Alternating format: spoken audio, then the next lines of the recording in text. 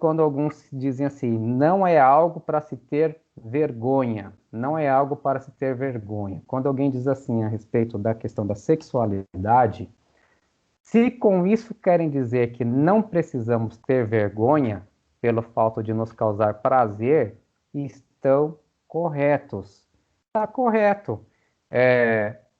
Se você ler, por exemplo, um livro de Cantares de Salomão, e nem sabemos se é de Salomão mesmo, talvez nem seja, talvez o Salomão fosse o opressor da história ali, segundo algumas interpretações, mas a gente vê ali que há todo né, há um romantismo ali, existe ali, depois você dá uma lida lá, bendita a espiritualidade judaica, que não rejeitou o corpo, e C.S. Lewis ele fala isso também, ele fala, o cristianismo não rejeita o corpo, os mais bonitos poemas de amor que foram escritos na história foram escritos por cristãos. Poemas assim de amor assim que margeiam o erotismo. Erotismo não é um palavrão, né? Vem de eros, o amor eros. Então, assim, não precisa ter vergonha do prazer, da bênção que é. Então, tá correto. Não tem que ter vergonha do prazer. A gente teve durante a Idade Média é, muitos padres, muitos teólogos da igreja medieval que abominavam o sexo, o prazer sexual, diziam que era pecado, que diziam que era errado. Assim, os caras tinham um problema com o corpo porque entrou dentro do cristianismo um dualismo entre corpo ruim e alma como uma coisa boa. E isso não tem dentro do evangelho. O Deus, né? Jesus se fez carne e habitou entre nós. Deus se fez carne e habitou entre nós. Morou entre nós. Então, o corpo é algo bom, a sexualidade é algo ótimo, maravilhoso, praticado dentro do seu contexto. Agora, se querem dizer que o modo como o instinto sexual se encontra hoje não tem nada de anormal, no parecer de C.S. Lewis estão errados. Estão errados, né?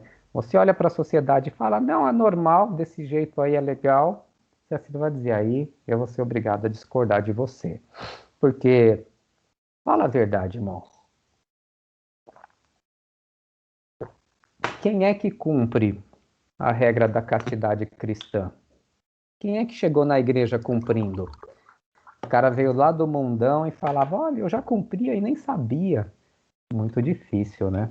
Não digo que não exista, existem, mas a gente sabe que é muito difícil, né? Os gentios, como diz lá no próprio Novo Testamento, é um grupo, os gentios que não têm a Deus, não tem Jesus, não tinha palavra, não tinha nada. Se você pega lá o capítulo 2 de Efésios, o início, são entregues à vontade dos pensamentos, fazendo a vontade dos pensamentos e debaixo dessa potestade que está no ar aí, levando as pessoas a agirem dessa forma, né? Cumprindo o desejo, né?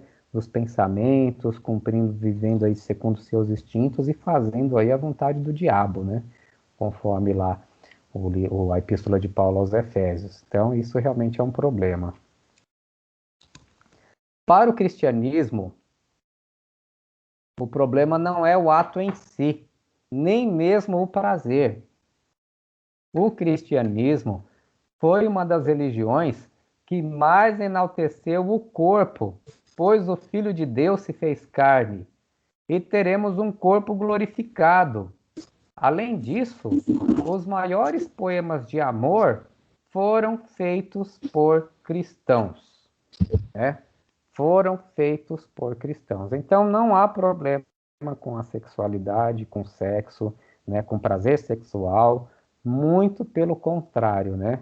Muito pelo contrário. O cristianismo, segundo C.S. Lewis, é uma das religiões aí que mais enaltecem o próprio corpo. Tanto é que você vai ter o Novo Testamento não fala que você vai virar uma alma ou um espírito, mas sim que você terá um corpo glorificado. Corpo glorificado. E C.S. Lewis ele menciona que há alguns mestres cristãos que dizem que se não fosse a queda do ser humano, o prazer na sexualidade seria muito mais intenso, muito mais forte do que é hoje, né? Do que essa banalização que é hoje. Então, que a queda trouxe esse problema aí.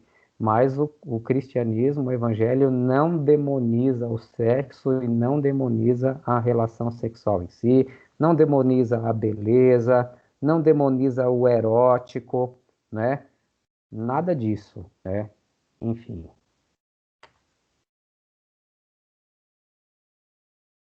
Ele diz: não há nada errado em apreciar comida, mas seria vergonhoso fazer isso o ato central da nossa vida. Com a questão da sexualidade não seria diferente, né? Então, pessoa gostar de sexo, gostar do sexo oposto, gostar da beleza, não tem nada, tá tudo dentro do padrão, tá tudo normal aí, não tem problema nenhum dentro da perspectiva do evangelho. Mas a pessoa fixar totalmente nisso, pensar nisso de dia e de noite, ter essas compulsões, aí sim já é uma questão problemática, né? O menininho aí comendo, né? Que bonitinho. Vai voando, filho.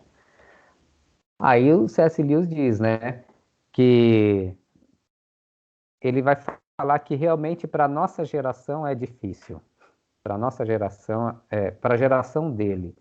Imagino que para a nossa também, que é tão... as pessoas elas podem não querer esse contato físico, mas elas têm esses contatos virtuais, né? O Japão, que é um país muito avançado nessa questão digital, você encontra isso facilmente também na internet. Você vai verificar que os homens não querem mais namorar com mulheres de verdade, meu. Muitos jovens.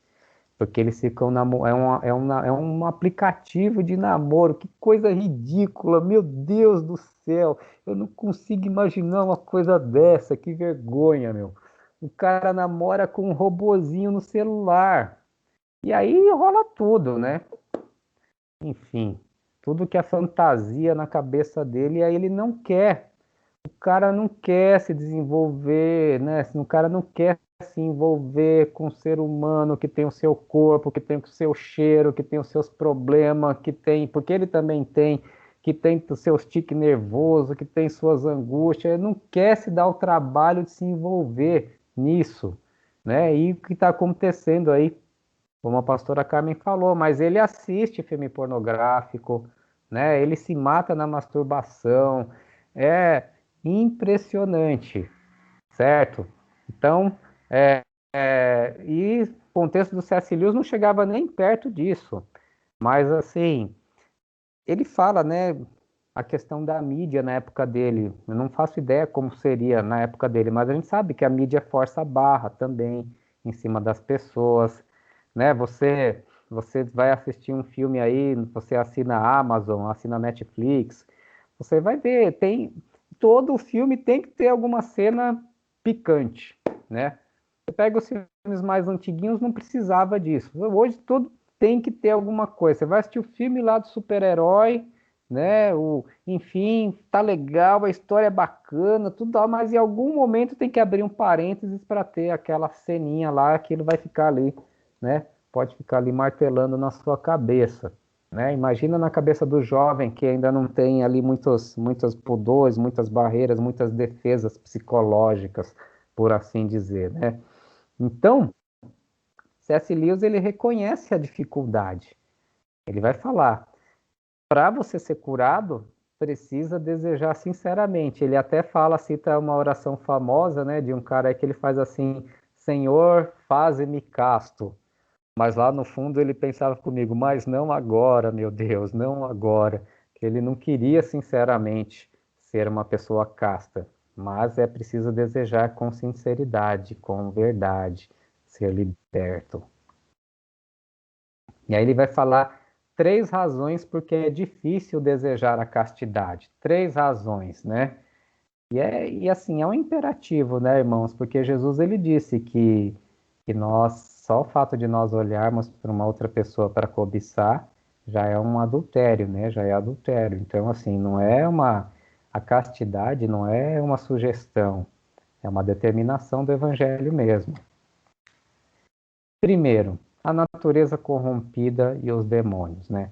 Então, a Escritura ensina que os nossos, de fato, que com a queda do ser humano, os nossos instintos foram bagunçados, né? Foi tudo assim meio que desajustado. E além disso, nós temos as tentações demoníacas que nos tentam em determinadas áreas de nossa própria fraqueza humana. A sexualidade é uma dessas áreas mesmo. Propaganda em prol da luxúria, né? O amor ao dinheiro é a raiz de todos os males, né? Isso aqui dá grana. A gente já conversou em outro curso, eu trouxe dados aqui que a indústria pornográfica ela é mais, ela só perde para a indústria armamentista em termos de dinheiro. Se eu não tiver equivocado, uma das três maiores indústrias no mundo: arma, sexo e droga. Eu acho que são essas três aí as maiores, né? Então é grana mesmo. E, e quer coisa menos difícil de atrair uma pessoa é aquilo que já está dentro dela mesma, que é essa questão da sexualidade, já está dentro dela isso, né? Só vai lá e ativa, né? Através da propaganda, enfim. Querem passar a ideia de normalidade, juventude, saúde, etc. Sempre assim, né? Você tem lá a propaganda, hoje não tem muito isso, né? Mas lembra a propaganda do cigarro, que aparecia o cara charmosão, venha para o mundo de Marlboro, mó galanzão, tal. Aí o Zé Ruela ia lá, acendia o cigarrinho, se sentia o cara lá do Marlboro, no seu super cavalo, no seu carrão de corrida, né? Hollywood, é, ou então você vê, né, a propaganda da Coca-Cola, da cerveja, e ali a menina super bonita, aqueles jovens ali, saudáveis, né, entornando o copo. E a gente sabe que o cigarro detona, a cerveja não vai, esse cara beber um monte de cerveja não vai ficar com aquele corpinho que aparece ali na propaganda também. Mas é isso que passa, né, a ideia. Uma mentira poderosa é sempre baseada em alguma verdade, né? Então, assim, a verdade é que o sexo é uma coisa boa. Ponto final. Sexo, a sexualidade é algo bom, é algo do bem, é algo que perpetua a nossa espécie, é algo que nos traz prazer. Mas, dentro disso tudo aí, eles vão inserindo outras coisas também. Para se alcançar a felicidade, é necessário comedimento, C.S. Lewis diz. Ninguém é feliz ao se entregar totalmente às suas paixões. Perfeito, assim, é a necessidade de resgatar a ideia do equilíbrio nas coisas. Então, por exemplo, se você, vamos fazer novamente a analogia da comida, você é uma pessoa que come muito e você mistura todo tipo de doce com todos os tipos de sabores. Chega uma hora que você só sente gosto de açúcar. Agora, se você for uma pessoa moderada, uma hora você pega aquele pedaço de chocolate, sei lá, que você comprou importado da Suíça, você come, que delícia, comeu, esperou passar um tempinho, agora você vai e chupa aquela laranja docinha. Se for ao mesmo tempo, não adianta. E aí depois, sabe, o comedimento, na questão da sexualidade também. Uma pessoa que se entrega totalmente à pornografia, que cobiça toda pessoa que passa na rua, que se entrega. Você sabe que quando, quando você tem uma relação sexual com alguém, a gente sabe que acontece alguma coisa ali no nível psicológico, no nível espiritual e no nível biológico. Pensando no nível biológico, você está ali trocando fluidos com a pessoa. Então, se é uma pessoa que, né, que convive com você, seu marido, sua esposa, um organismo já reconhece o outro. Os anticorpos já se reconhecem desses fluidos. Há uma interação biológica tremenda. A gente sabe que psicológica também, né? Aquele ambiente de aceitação, aquele ambiente que você não está precisando provar nada para ninguém, é puro amor. E também você tem a questão espiritual, que a Bíblia diz, né? Ambos são uma só carne. Isso é felicidade, né? As coisas funcionando bem, isso é felicidade. Agora, imagine uma pessoa que toda semana ou de 3 em 3 dias tem um parceiro diferente. Imagina o seu corpo no nível biológico, o seu corpo o tempo todo tendo que se adaptar ao organismo de outra pessoa, porque vem bactéria, vem vírus, vem um monte de coisa diferente ali, né? E aí o seu corpo, então você fica cansado do ponto de vista psicológico, do ponto de vista biológico, do ponto de vista espiritual também, né? Pessoas mais místicas do que eu vão falar dos terríveis. Você vai deixando um pouquinho de você com cada pessoa que você se relacionou. Então, não há prazer nisso daí, né? Isso gera um estado de infelicidade dentro da pessoa. Ninguém é feliz assim, nessa instabilidade, né? Isso vale para tudo, vale para a questão alimentar, vale para tudo. O comedimento, o equilíbrio, né? Que é o fruto do Espírito Santo mesmo, né? A sabedoria do alto é uma sabedoria equilibrada mesmo. Enfim, e Deus fez essa máquina aqui, por isso que ele sabe o melhor jeito de funcionar. É isso que nós já vimos em capítulos anteriores também. Outro motivo para as pessoas não quererem pensar a questão da castidade é achar que a castidade é impossível. A castidade absoluta, realmente, ela é muito difícil, né? A santidade, a pureza sexual absoluta de pensamento, de ato, de palavras, ela é muito difícil. Mas é necessário tentar, primeiro, né? É necessário tentar. Temos que procurar dar o melhor de nós. Uma coisa é você tentar, o Senhor vê o seu esforço. C.S. Lewis ele vai dizer assim, que às vezes a ajuda de Deus não vem no sentido de você vencer, mas a ajuda de Deus vem no sentido de fazer você tentar várias vezes e criar o hábito de hábitos saudáveis. Criar o hábito de estratégias saudáveis. Não que ele venha assim e tira de uma vez. Ele não faz isso. Ele te ajuda a perseverar na tentativa. Ele ajuda você a perseverar em criar estratégias para que você mesmo não caia, não somente nessa questão, mas em outras também.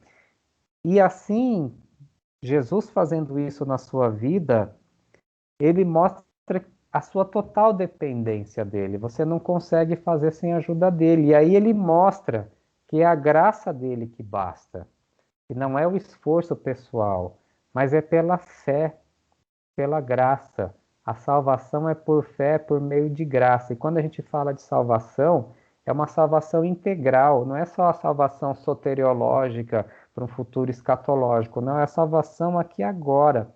Eu me liberto pela fé, eu me liberto pela graça. E é essa graça que me leva a continuar tentando, mesmo que eu cair. Por isso que na oração do Pai Nosso ele fala, né, perdoai as nossas dívidas. E ele diz, a gente durante toda a vida a gente vai repetindo essa oração ou a intenção dela, pedindo perdão e crescendo, de modo que a sua queda hoje não vai ser igual à queda que você teve há 5, há 10 anos, há 20 anos atrás. A subida ela não é assim linear, reta, né? Você sobe um pouco, desce, aí você sobe, desce um pouco, e é assim que nós vamos, né? É assim que nós somos conduzidos a Deus, à eternidade.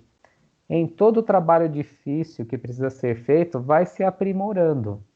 A gente vai se aprimorando em tudo, na leitura, na oração, na prática da santidade, na prática da caridade, na prática da escuta, no controle da palavra, das palavras, né? Tudo é algo que vai se aprimorando e é interessante. É um trabalho, uma vez eu vi um pastor dizendo isso, é interessante esse trabalho de autoaprimoração diante de Deus, né? O justo, ele tem satisfação no seu procedimento, a Bíblia diz. Isso é legal perceber que se está crescendo em relação a essas questões. Teremos a ajuda de Deus se a pedirmos, né? O Espírito Santo, Deus, o Senhor oferece a palavra, ele oferece a oração, ele oferece a igreja, né, através de irmãos que podem ouvir, ele oferece o mais importante, que é o Espírito Santo dele também. Então, nós não estamos sozinhos. O que precisa fazer algumas vezes é confessar, é pedir ajuda, talvez até mesmo procurar um terapeuta cristão, né? Porque se não for cristão nesse sentido, não vai te ajudar. Talvez vai te levar para um outro lado, para um outro caminho, né? Mas assim, o Senhor ele pode usar diversas situações para nos ajudar. Peça perdão por cada erro, aprume-se e tente de novo. E tente de novo. Isso aqui não é um incentivo para a pessoa ser cara de pau no sentido assim, eu vou pecar, eu já planejo, vou pecar, depois eu peço perdão para Deus e continuo. Eu até acho que dentro da nossa humanidade a gente pode acabar até fazendo isso, mas que seja isso. Aprume-se e tenta de novo. Olha, existe uma espiritualidade que é de cima e uma espiritualidade que é de baixo. Eu até tenho um livro aí, eu acho que eu falei dele na semana passada. A espiritualidade de cima, ela joga um ideal. Ela fala, eu tenho que ser de um determinado jeito. E começa a correr atrás daquilo, eu preciso me comportar desse jeito, eu preciso ser santo, eu preciso ser justo, eu preciso ser bom. E vai tentando, tentando, tentando. Mas cada vez que a pessoa cai, ela se frustra. Ela se frustra e às vezes ela pode até desistir, porque o padrão foi muito alto e ela não conseguiu alcançar. Mas existe uma espiritualidade que ela é de baixo. Qual que é a espiritualidade que é de baixo aqui? Reconhece a nossa fraqueza e reconhece a nossa limitação. E essa espiritualidade que ela é de baixo, ela usa o nosso próprio pecado para se aproximar de Deus. Mas Carlos, a Bíblia não diz que o pecado faz separação entre nós e Deus? Sim, faz, no sentido espiritual, soteriológico, Deus não pode contemplar o mal e nada daquilo que é pecado pode herdar o reino de Deus, né? A carnalidade não entra, sim, está correto nesse sentido. Mas o que é que eu quero dizer quando você usar o seu pecado para se aproximar de Deus? É você olhar para o seu pecado, você se reconhecer pecador, necessitado, e você usar isso como um trampolim para ir até diante do Senhor e pedir perdão. E aí você vai se lembrar daquela parábola em que você tinha o fariseu e você tinha o publicano. O fariseu falava, graças te dou, porque eu sou um cara 10, sou sensacional, não peco, não sou adúltero, não falo palavrão, estou na igreja todo domingo, participo de toda a Santa Ceia, dou o dízimo até dos centavos que entram. E aí o publicano, e poderia ser verdade mesmo, viu? Não tá, o texto não diz que é mentira.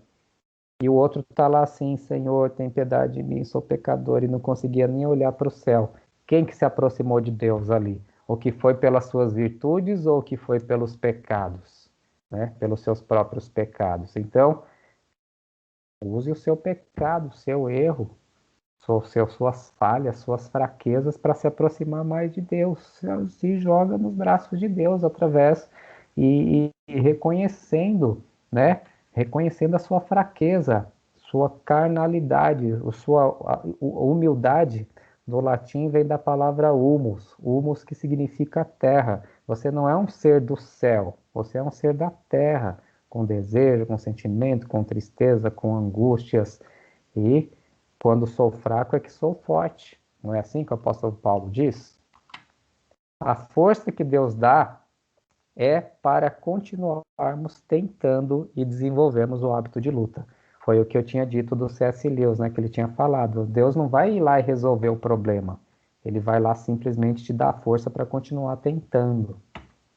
O único erro fatal é nos acomodarmos. Esse erro é fatal.